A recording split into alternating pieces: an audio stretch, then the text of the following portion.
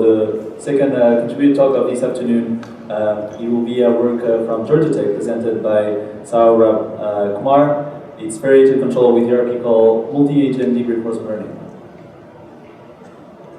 Hello everyone, my name is Saurabh Kumar. I'm an undergraduate student at the Georgia Institute of Technology, and I performed this work while interning at Google Research this past summer. The work combines hierarchical and multi-agent reinforcement learning into an algorithm called Federated control through reinforcement learning. So the motivation for this work comes from distributed planning environments. So for example, you could have different cars entering an intersection, and these cars have different destinations, and they might want to communicate with each other to figure out how to navigate this intersection.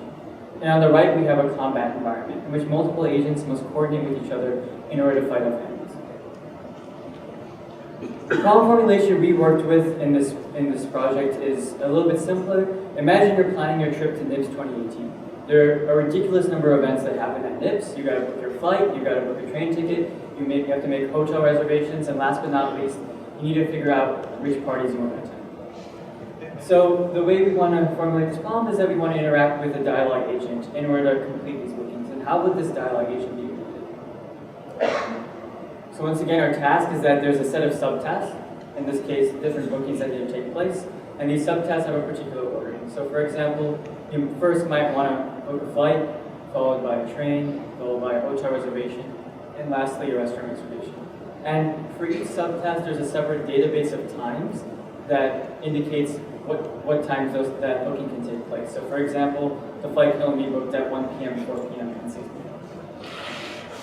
Existing approaches to this kind of problem, one is hierarchical reinforcement learning, in which we have a single agent, and this agent handles each subtask in a sequential way.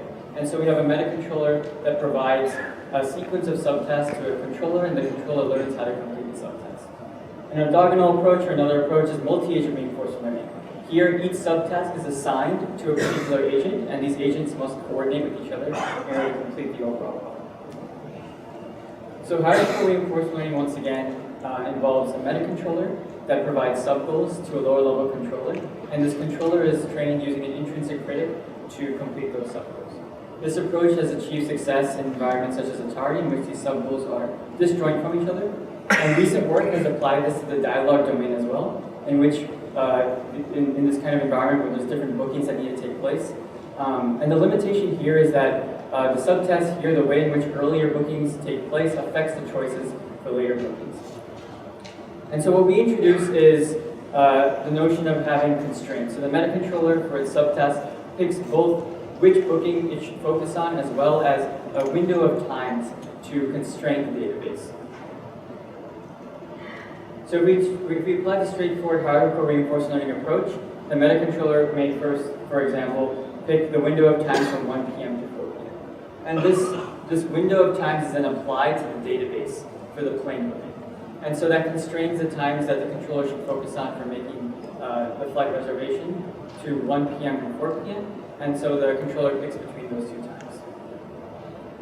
Now, the limitation with this approach is that even though we're providing constraints with the meta controller, the way in which earlier bookings take place affect the choices available for later bookings. So here, because the plane was booked at 4 p.m., both the hotel and the restaurant reservations occurred at 7 p.m., which violates the constraint that the hotel reservation needs to be made prior to the restaurant reservation. And so another approach is using multi-agent reinforcement learning. Here we can have multiple agents tailored to specific domains. So a separate agent for handling the plane booking, a separate agent for handling the restaurant reservation. And then these different agents communicate with each other to complete the overall task. Limitation here is that there's no guidance provided by a meta controller, and the cost of coordination increases as the number of subtasks increases. So a simple way in which we can combine the strengths of both hierarchical and multi-agent reinforcement learning is to combine the idea of an abstraction with a meta controller and controllers, except here we have a meta controller and we have multiple controllers. So there's different controllers, one for each domain, and what the meta controller does is when it selects a subtask, it selects both a subset of controllers to communicate to complete that subtask, as well as a constraint. And from multi-agent reinforcement learning, we borrow the idea of having these controllers coordinate or communicate with each other in order to complete that subtask.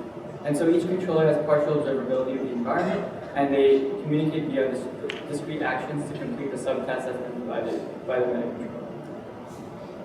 So in our model, we split the controllers into pairs. So for example, the plane and train controllers are in one pair, and the hotel and restaurant controllers are in the second pair. And then what the meta controller does is, once again, it picks a constraint for each pair. This constraint is then applied to the databases of both controllers, and then they communicate with each other to satisfy that constraint. And so the benefit here is that we divide the task as well as allowing coordination to occur. And once again, as in the hierarchical reinforcement learning setting, there's a critic that provides intrinsic rewards for every subtask that's being completed. Except here, because we have multiple controllers communicating to complete that subtask, they both share that intrinsic reward. The way the meta controller is trained is it receives as input the set of completed controller pairs so far, the times that have been selected so far, and the constraints that have been tried so far. And its output is both the next controller pair as well as the next constraint.